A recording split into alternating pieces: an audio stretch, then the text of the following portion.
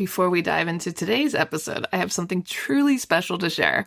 Next September, I'll be leading an intimate women's retreat through the south of France and northern Italy, and you're invited. Picture this: mornings exploring the colorful markets of the French Riviera, afternoons sipping wine, and a hotel view with golden Mediterranean sunsets. Whether you love photography, food, or just want to reconnect with your playful creative self, this trip is designed for you.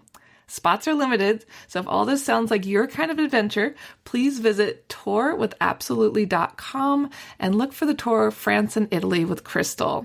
You can also send me a message or check out the show notes.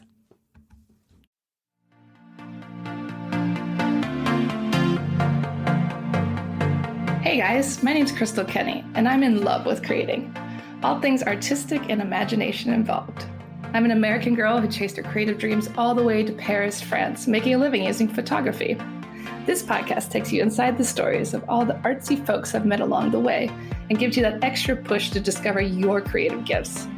The desire to create is deeply inside each and every one of us, and I give you the tools and inspiration to find a new way of living a more creative life. This is La Vie Creative, the podcast.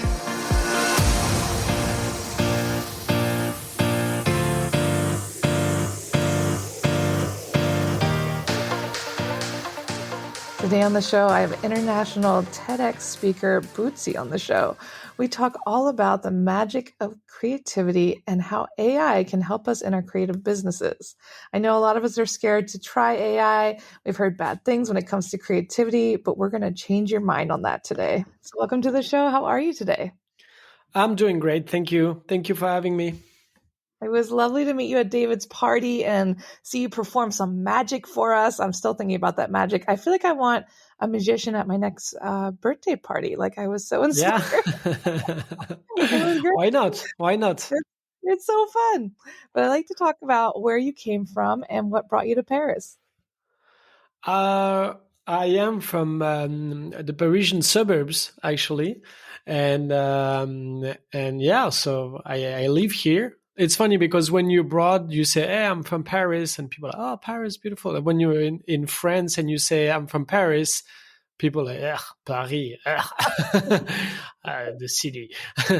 So actually, it's important for me to say, no, I'm from the suburbs. That's completely different. But yeah, it's different mindset. Yeah. Exactly. A totally different feeling being in France versus everywhere else in the world, talking about being a Parisian. And you also studied economics, but then you took a trip to Latin America and you became a magician afterwards. Tell us more about that time.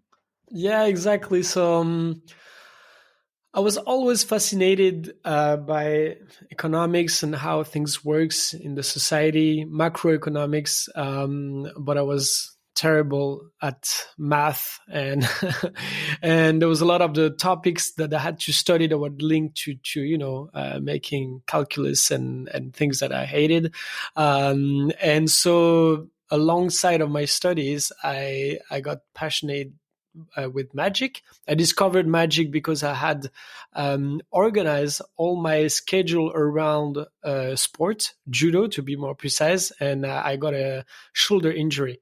So that was a bad one. I got surgery, and then but I had a lot of time. So I discovered magic, and that's all I did all along my studies. And then I was like, I don't know what I'm going to do with this economic bachelor.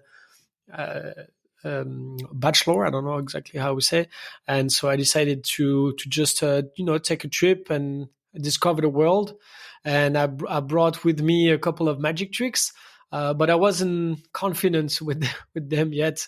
And along the trip, I went only in hostels, and I met a lot of people, and they were like, "Yeah, can you do a trick?" And they gave me so much confidence, and so I did more and more. And then I started bargaining. Oh, can I, with hostels, can I sleep for free tonight here, and can I have dinner? And then one thing led to another, and I was performing in a real place. And I had vintages, and they paid me to do shows. And when I came back to France, I was like, okay, maybe it's time to take the leap, and to try it out. I love how it was just kind of this thing that you were just playing around with, and then it turned into a new job. And I love that you Yeah. didn't like math doing economics. That's so funny. I stink at math too. Math is no fun. But now I still use it because, as you know, I talk about AI, and I always continue to read about economics and society and how it works. And now that I talk about AI, it's really linked to that. So it's how do you say? It's full circle. I don't know how to say it in Yeah. English exactly, Yeah, but yeah, exactly. it Full circle. works well. Works well like that. Yeah. Yeah, it's all connected. Yeah. Exactly. And you also worked at the Magic Castle in LA. Talk about that time. Yeah, that was in 2016.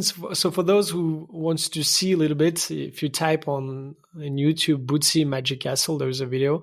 But so I worked as a magician for a couple of years, and I was still at my parents' place. I was 22, 23, and I thought, okay, I have a bit of money on the side.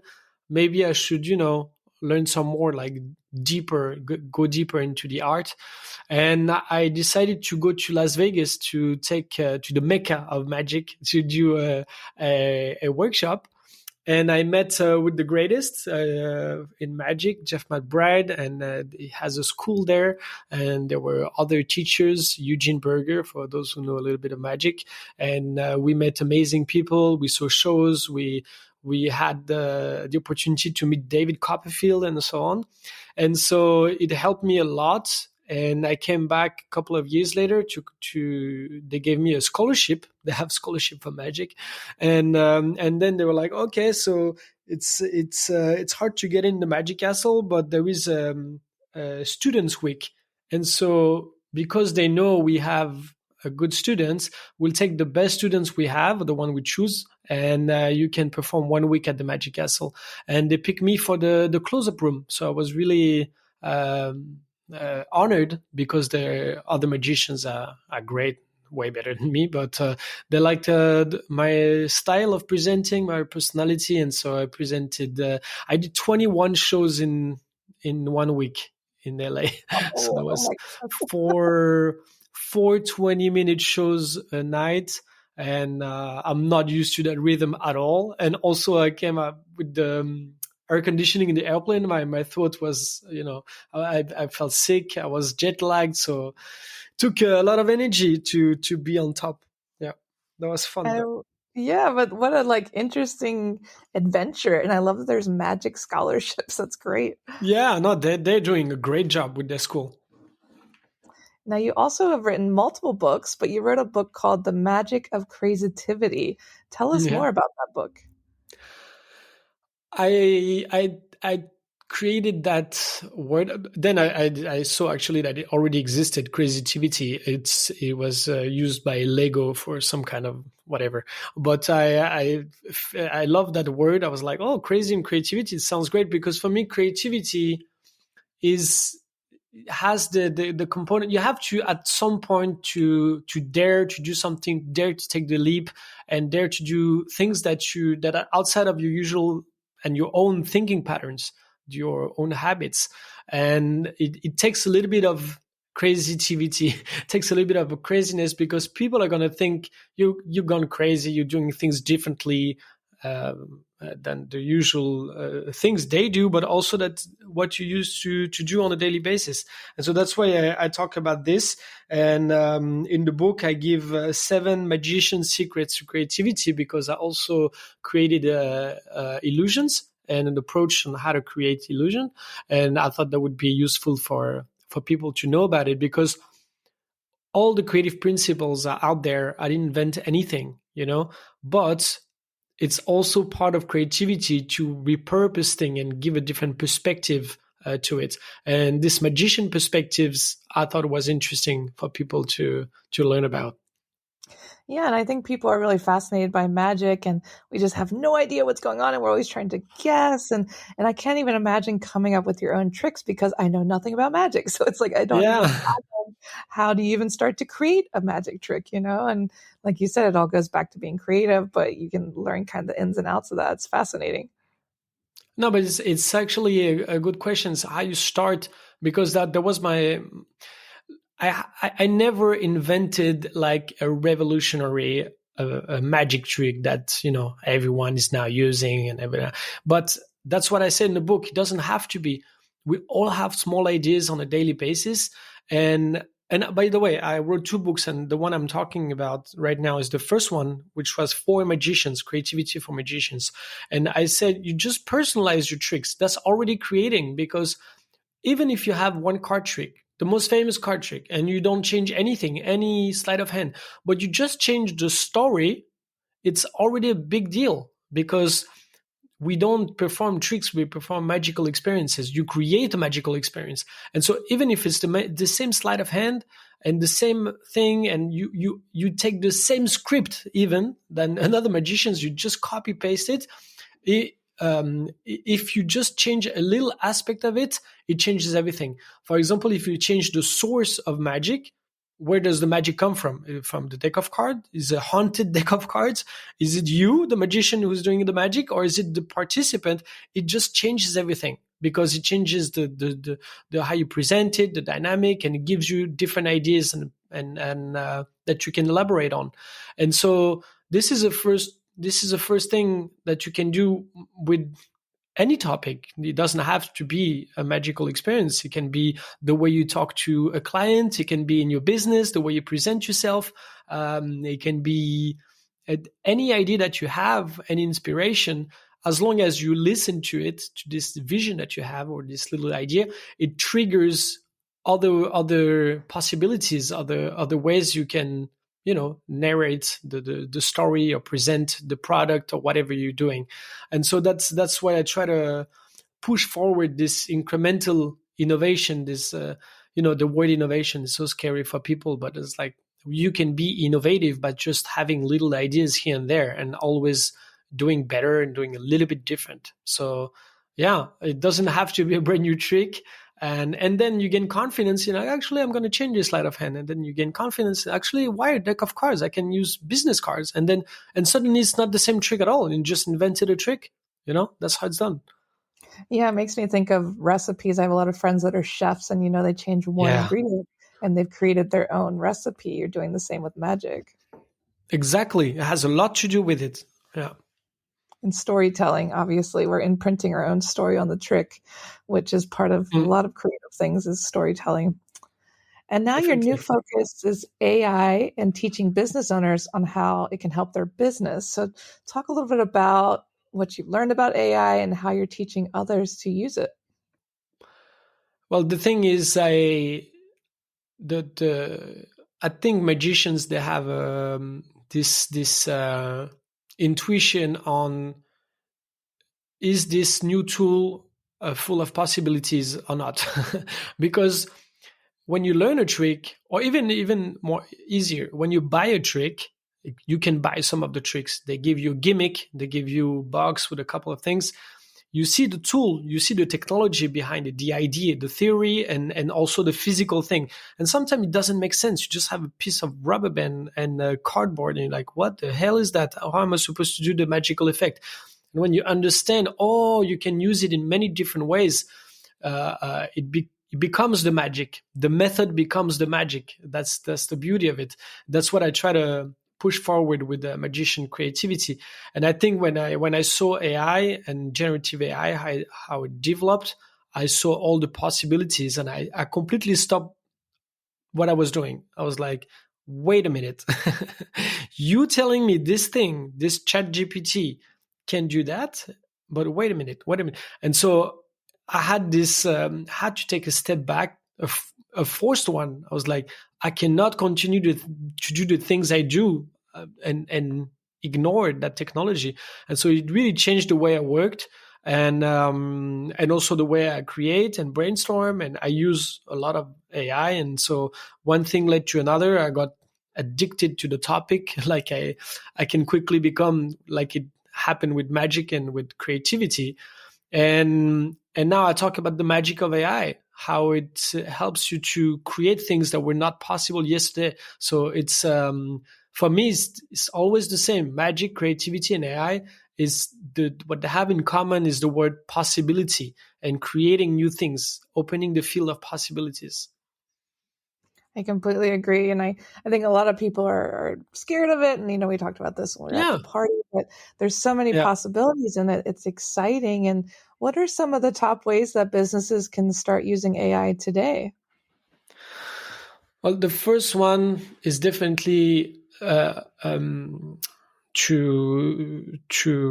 start to get interested and to master large language models. So it can be obviously ChatGPT, it can be Copilot, it can be Gemini, because if you have collaboration tools where you want your data in your company to stay in the same place, you don't want it to go everywhere.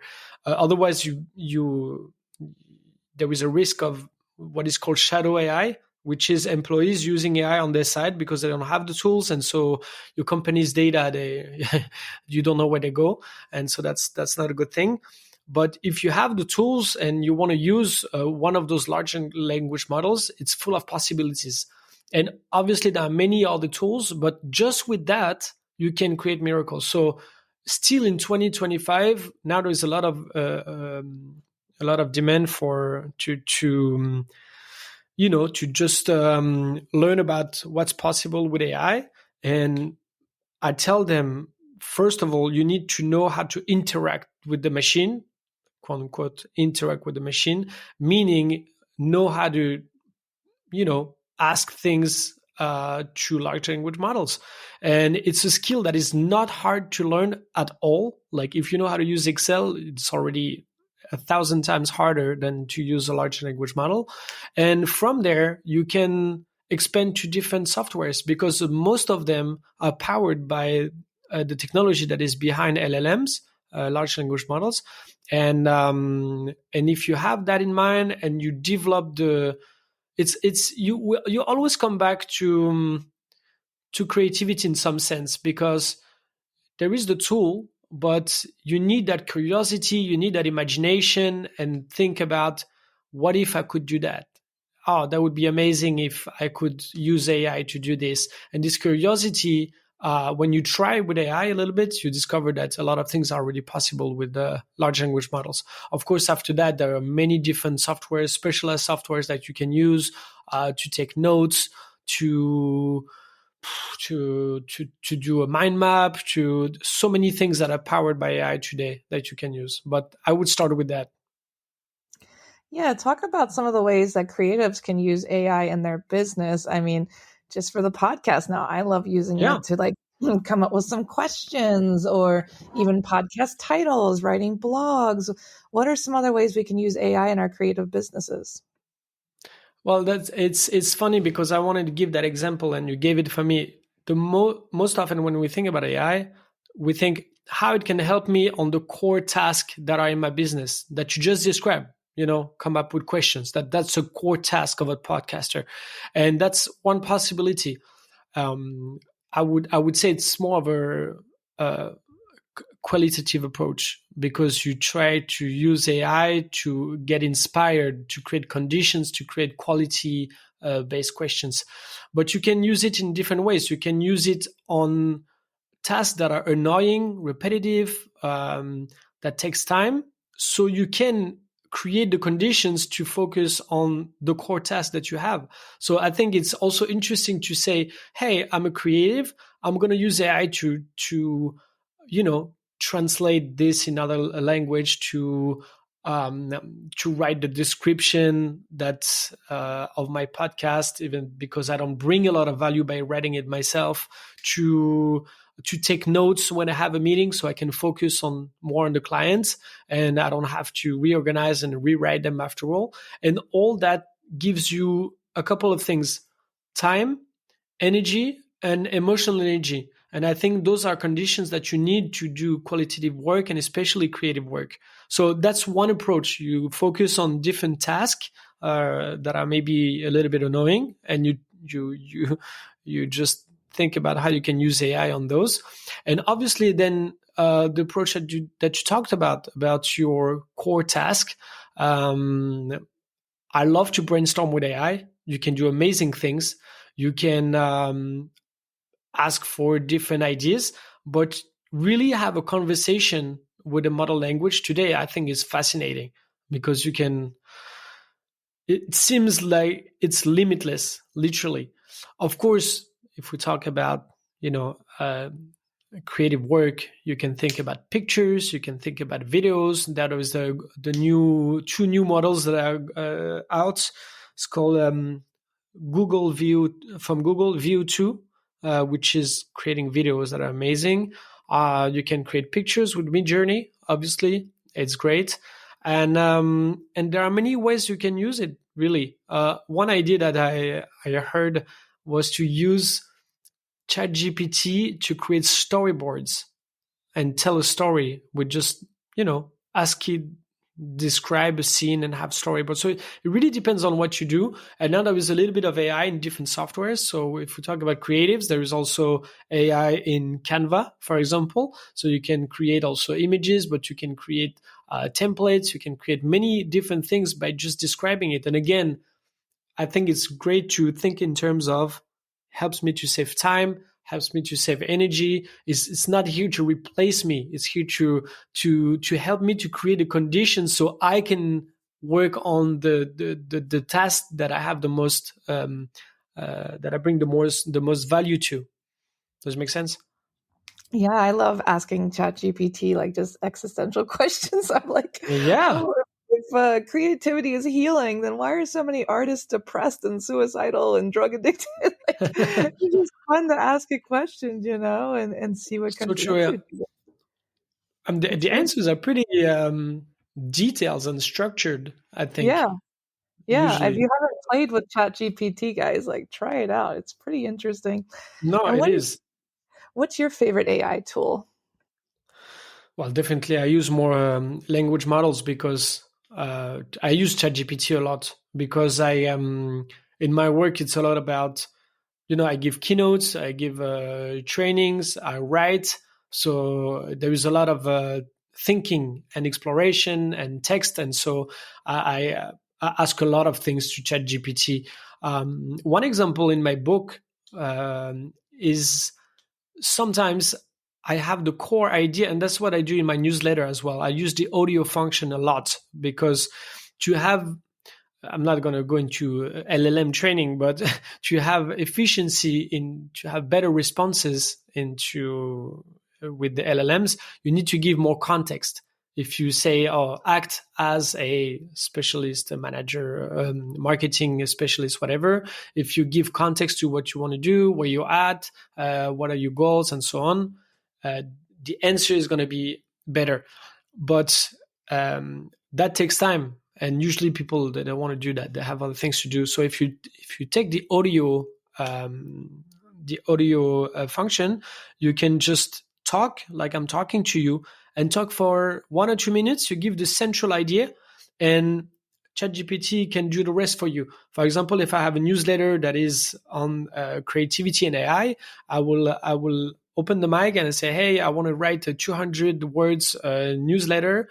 And the main idea is about how creativity is important to better use AI, because you need this curiosity, this imagination, blah, blah, blah. So I give the main idea, and then I will say, give me write it for me in a very visual ways with bullet points and create an image associated with the topic, and also give examples for this type of people.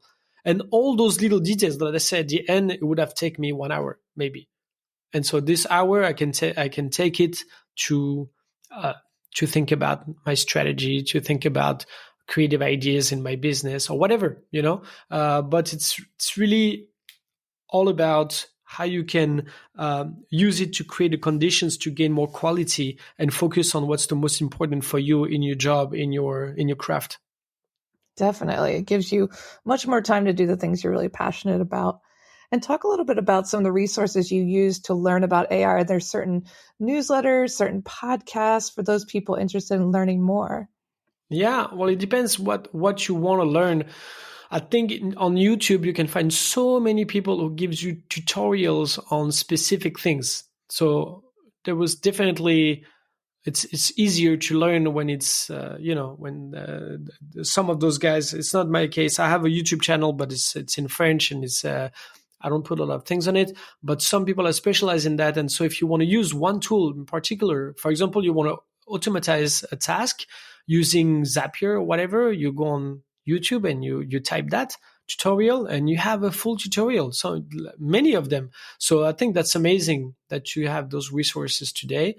I have a newsletter that I like. It's from Azim Azar, which is a famous voice in AI. He's based in the UK. It's more of a macro approach to AI, the latest development, but also what is the impact on society and economics and environment. But the quality of this newsletter is amazing. He works with a team of economists, so it really gives you a great perspective.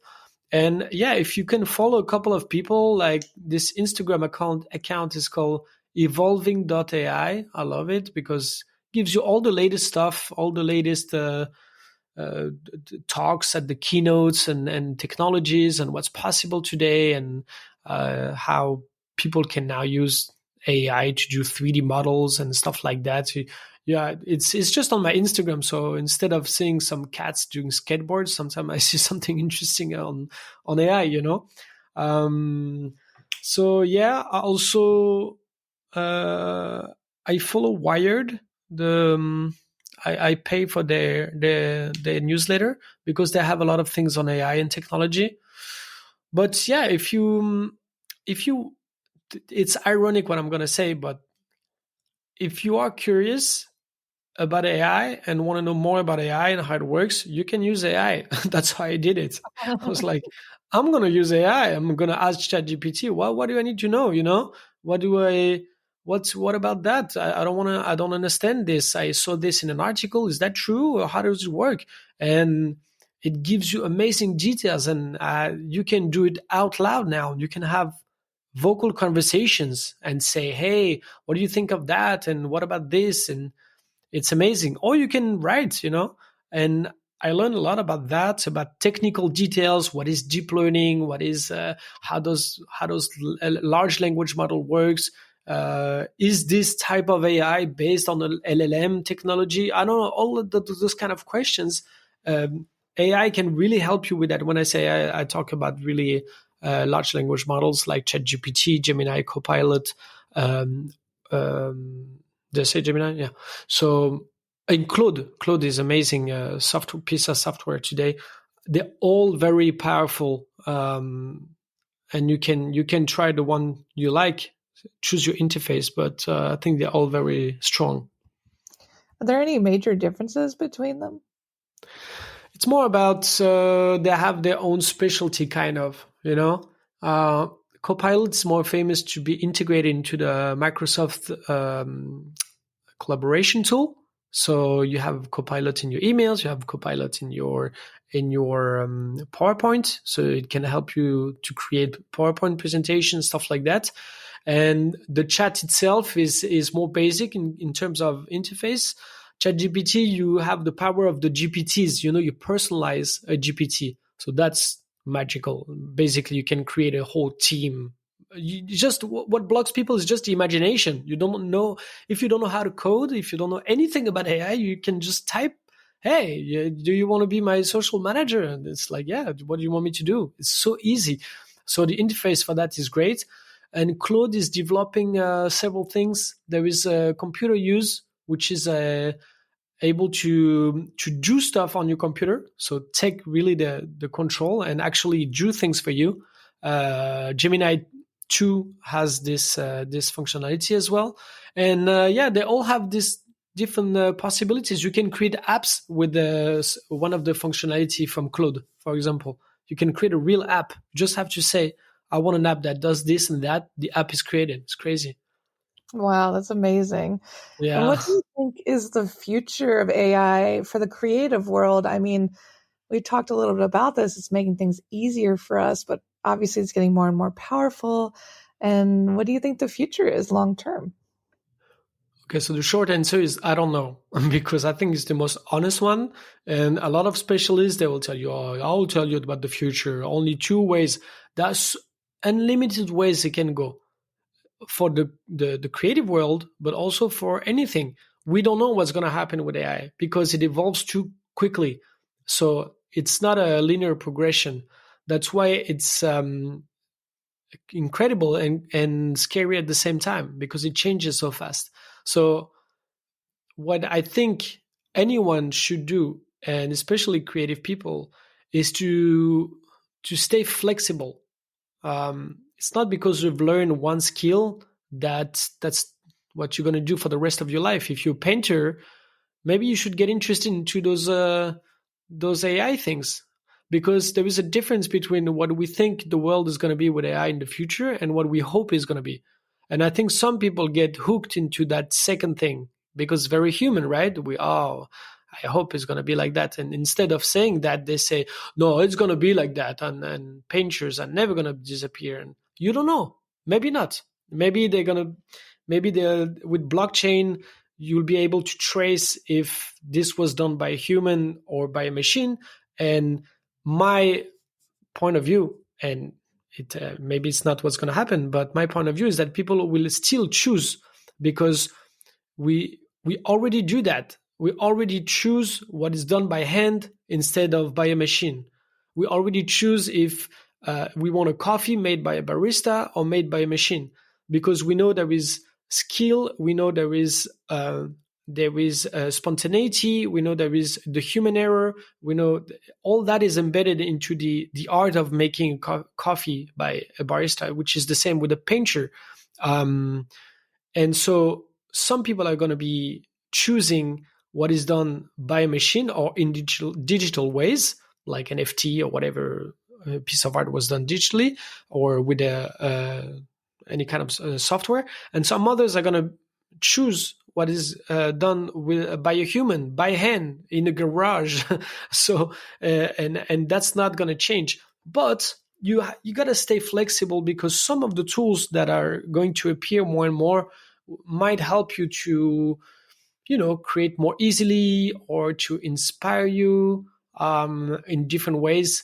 And I think that's a great thing for art. But definitely the model is going to change. That's for sure. Like it changed for music, from CDs to, buying online for better or worse. But the world is constantly changing. And I think the artists are going to find ways to protect their art, to trace it, so they can prove that it has been done in a certain way. Yeah, that's kind of my thoughts when I think about that. I think that I was thinking about books. I'm like, people can choose. Do they want a book written by AI or a book by a human or even a painting, like you said? And as even in Paris, you see these guys selling like these fake paintings on the street or whatever, like these copies. Or you can choose to, the print or the real painting. So like you said, it's just going to be ever evolving, and we don't really know. The thing is, it depends on it depends on what you're looking for when you buy. In this example of buying a piece of art, because if we're talking about a book, if AI becomes when AI becomes more intelligent than us on everything, it will be, I think, very interesting to hear what AI has to say about a topic. I want to know if AI discovers stuff about the universe, about dark matter, about whatever, wherever our thoughts come from, or how the universe was created before the Big Bang and the time, whatever that we don't know. I want to read that book. But if it's about artistic expression, then you have to recognize that AI doesn't have emotion, and so doesn't have the same experiences that we went through as humans. And so only a human can fully empathize with another human. So if you buy a painting of a building, I'm watching a building right now at my window, it's perfectly made and it's fine for you, then buy it from AI if you want. But if it shows something that the artist wanted to show and express, this will not be authentic. You're going to buy authenticity as well, an expression, which is different from the craft or being able of doing it when we talk about art. Definitely. And how would you define creativity in your own words? What does creativity mean to you? For me, it's just doing something new. And it doesn't, even if it's a small thing, or if it's a disruptive innovation, for me, it's just something new. It doesn't have to be. I have a problem with the word original. For me, it's not in definition. It's what is original. It's everything has been created in some form. You're just repurposing it through your experiences and your who you are and what you do and your passion. That's why I have the humility to say that I haven't created anything. I just connect things. There was this quote from Steve Jobs that I love, that he says that creative people don't really. I'm just going to paraphrase it. He says they don't really create things. They saw something and they synthesized experiences and they synthesize different things. They connect elements to each other, and I love that because I think that's also beautiful. So we don't, and I choose also this definition that is wide, because I think it's empowering for people who don't see themselves as creative. I'm not an artist. I'm not from the creative team. I'm not. It doesn't matter. You can always have a small idea, and that can be a game changer. A small idea can trigger a huge change. And so that's what I say in the corporate world as well, because they're not artists, they're not magicians. They think, well, I'm just accountant. I'm like, dude, there's so much room for creativity. It's just taking a step on the side. What if instead of always sending an email to this colleague, you're like, oh, what if we go to this restaurant and we make it we call also this other guy and we talk. It's a completely different situations, and it's new. It's not brand new. It's not original, but it's new for them in their routine, and it unlocks a situation. Maybe you can talk more freely about a topic and move forward and improve a process. Maybe so that trigger a bigger change. So I think people out there listening, it doesn't matter if you think you're creative or not, because first of all, we are all creative. That's a fact. That's a given scientific fact. And if you think about creativity or innovation, just think it's just doing something a little bit different, just something that you're not used to do, a step on the side, and it will create a big change. It will give you confidence for your next ideas. Steal like an artist. That's one of my favorite ones. Talks about that. It's amazing. Yeah, exactly. It's in the same. It's like, come on, you haven't. Even those artists that created amazing work, we discover later, maybe Shakespeare didn't write everything, but does it really matter? It doesn't matter. He wrote amazing things. Did he wrote everything? Did he? It's just out there for humanity now, and we build on each other's ideas and approaches and surprise each other and ourselves.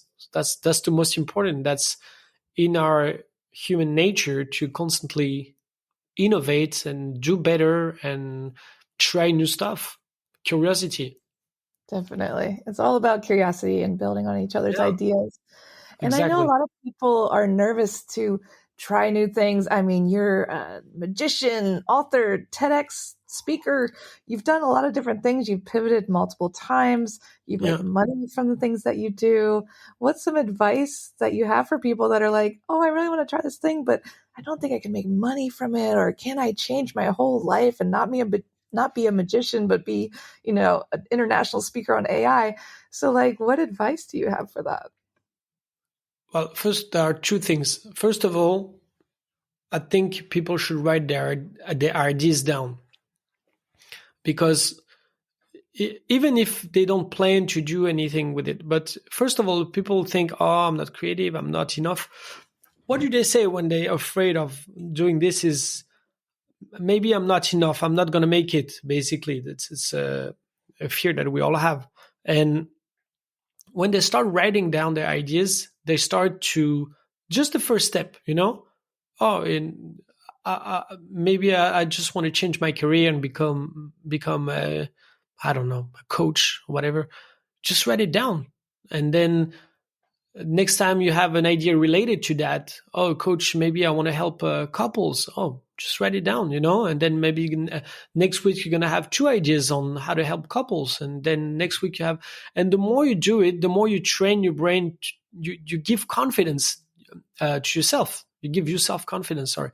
And so the more you do that, the more it creates this virtuous creative circle, I think, because creativity is a lot about self-confidence. And actually some studies show that confidence has a big part in creativity. Now, that being said, I used to be the guy who said, yeah, just do it. You're not going to stay all your life in this job, and you should be a freelance and live from your passion and so on. And now with time and more experience, I'm mitigated. I don't know. I'm torn about that. I'd say it depends on the situation. I think what is linked to your vibe and the creative life is, and I strongly believe is, you should listen to your intuition. But I love this quote is, listen to your heart, but bring your head with it. Because you don't want to be, reckless and start and don't have money on the side and things like that. So there is a process to that.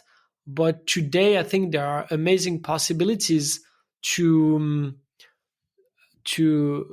explore and to try on the side and to pivot easier than we could before, because of technology, because of access to knowledge, because of and that's a big deal, by the way.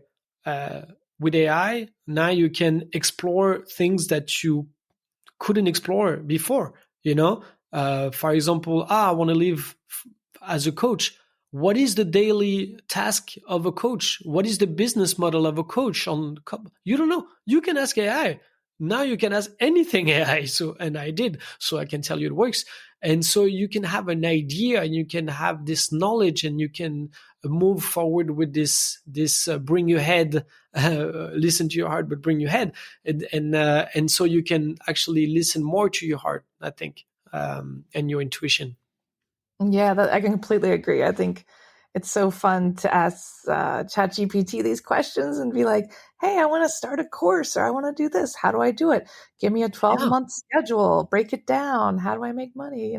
It's really useful. And if you're not using it already, you should be. and refine, because we all have doubts. And I when I brainstorm, I'm like, no, you don't understand. I'm afraid that I'm not going to be able to have enough participants to that event. Like, oh, okay, well, why are you afraid? And he starts to coach you. It's like, it's crazy. I'm like, this would have been like a consultant. I would have had to pay like 2,000 euros or whatever, or a coach, or to help me in that regard. So I always say to people, if you don't know how to use large language models, use it as a conversation, and don't accept the first answer. You should continue to refine and say, no, I want it that way. I want you to tell me, and this is my fear, and this is, and that's still something that blocks me. Can you help me figure it out? And all those kind of questions. And for people who are hesitating out there, I think it's a great tool, because if you're alone in your room with a computer, you can unlock a lot of things in your mind already. Definitely. It's a great tool. And what future projects would you like to share with our audience? So I'm more and more developing this AI consulting for small companies. So if you're one of those people who say, I should get into AI, maybe you should also check out what I do, because it could be for your small business. It could be for you as a coaching. And there are amazing leverages to explore.